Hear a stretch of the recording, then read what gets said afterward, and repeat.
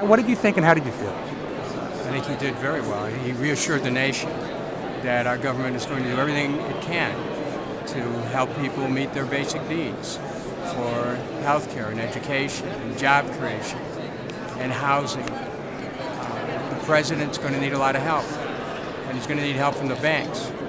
And if the banks refuse to help, if the banks won't loosen up on the credit no matter how much money they get, then we have to be ready with Plan B. And the Plan B that I'm suggesting is that you put the Fed under Treasury, that you end the bank's ability to create money out of nothing by stopping the fractional reserve, that you reserve to the government the ability to create money instead of giving it to the Fed. You create money, and you spend it for education, for health care, for job creation, for new energy programs, and that's the way we take control of our destiny. And you don't run up a deficit to do that. So a lot depends on the banks. If the banks fail the country, we have to be ready to be resourceful and take a new direction. So, sir, what do you tell your constituents who are very worried about the mounting deficit?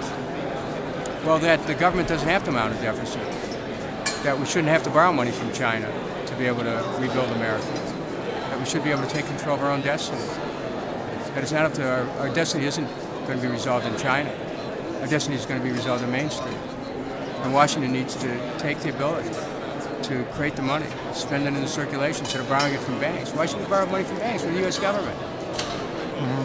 We could create our own path, and this is something we need to think about. So, sir, going into the speech, what kind of anticipation did you have? Was there anything you expected that wasn't actually said?